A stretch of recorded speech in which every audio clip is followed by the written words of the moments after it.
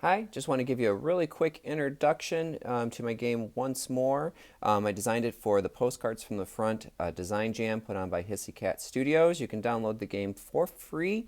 Once you download it, you'll get this one-page file right here, and it has everything that you need on it. You just have to cut out the counters that you'll use during the game right here, and then this is the game board area. Rules are down here. There's also a low ink version if you want it in black and white. Once you cut everything out, you just need some dice. If you don't want to cut anything out, you could always use something like some little cubes. Those work just fine.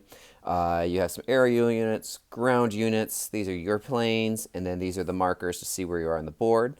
Basically, you'll set up with your squadron on the star. These are objectives, and the front lines are ideally going to move all the way across. You just clear the path for them to get all the way at the end. This is your initiative area, so you can determine when your planes attack, and you can put your enemy units right here as you get them. So that's the setup for this game. All right, here's a really quick walkthrough of how you do set up your missions and encounters. I'm going to start here with my squadron on the star. My front lines, let's say we're on objective 3 at this point. You first roll your mission. If it is use a d6. If it's a 1 to 4, it's a patrol mission. 5 to 6, it's a support mission. If it's a patrol mission, you go to the next objective past the front lines because you're clearing the way, and if you want it, the front lines could advance. If it's a support mission, you go to wherever the front lines are at, and you're going to support them. The enemy is attacking the front lines right now, so you're defending them. And then you would roll, depending on wherever objective you are, you roll for encounters. So if we are at objective 4, we would roll 4 dice, and we would resolve that. So 4 would be a ground unit, 5 would be a ground unit, 4 would be a ground unit. Let's say this was a 6, that would be an aerial unit. If any of them 1 or 2, that would mean no contact, and you would put the appropriate counters down there for you to attack.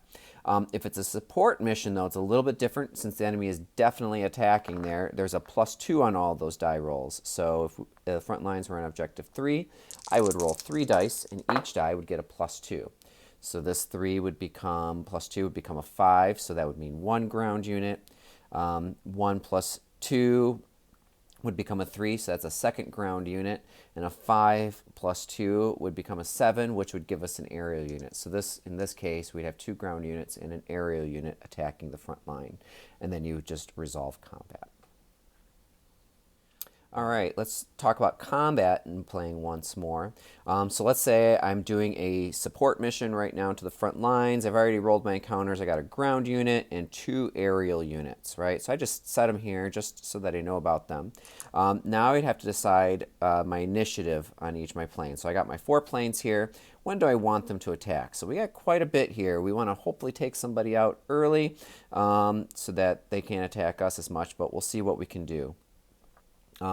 Let's go ahead and I'm going to say Pappy and Eddie, they're going to do initiative 2, and Max and Ace are going to do initiative 1 and see if they can take somebody out pretty early, ideally.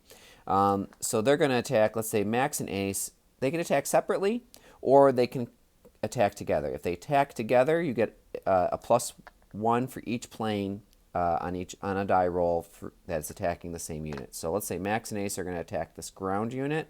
Actually, you know what? I'm going to attack that aerial unit there. Initiative 1 is just a 1d6, so I'm going to roll it. I got a 1 and a 4, 2 planes attacking the same unit, so that means a +2, so that becomes a 3, so there's no hit. But this 4 becomes a 6, so we do hit this unit. They're damaged. They can take 2 hits each. All right, so we'll mark that as damage. Now the thing is, they all get to attack these guys, and they on a 6 they hit my unit there. So I'm just going to roll all 3 attacking once. So they're going to attack Max, and then they're going to attack Ace. So there's 3 units. We'll roll 3 dice. Ooh, not so lucky here. Max takes 1 damage, and if I get another damage on Max, it's out of the game. Now they're going to attack Ace. Ooh, Ace gets hit as well. Thing to note, we don't do combined damage for enemy units. So there's no +1 or anything like that. That just applies to the player. Then we'd move on to Initiative 2. Initiative 2, each plane gets to attack with 2 dice. And you can combine if you want, just like we did there. But let's say we don't want to do that. Pappy is going to attack that aerial unit, and Eddie is going to attack this ground unit. So Pappy's going to attack that unit, just 2 dice. Hits on a 5 or more. Ooh, no dice, no luck. And Eddie's going to attack that ground unit, 4+. We damaged that ground unit.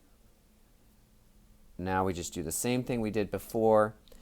Each enemy unit gets to attack us. So we're going to attack Pappy. Difference is now, since we took a little bit longer to attack them, they had a little bit more time to train their sights on us. So a 5 or 6 damages us. So Pappy, against Pappy here, 3 units. And, ooh, 2 6s. Not good. So 1 damages us. And another one shoots Pappy down out of the sky. All right, so we lost a plane this mission. Not good. And then what about Eddie? And they successfully missed Eddie, so Eddie's still flying. Now, at the end of a round here, everybody's attacked. We would reset. You can re-choose different initiatives, put your planes in different spots.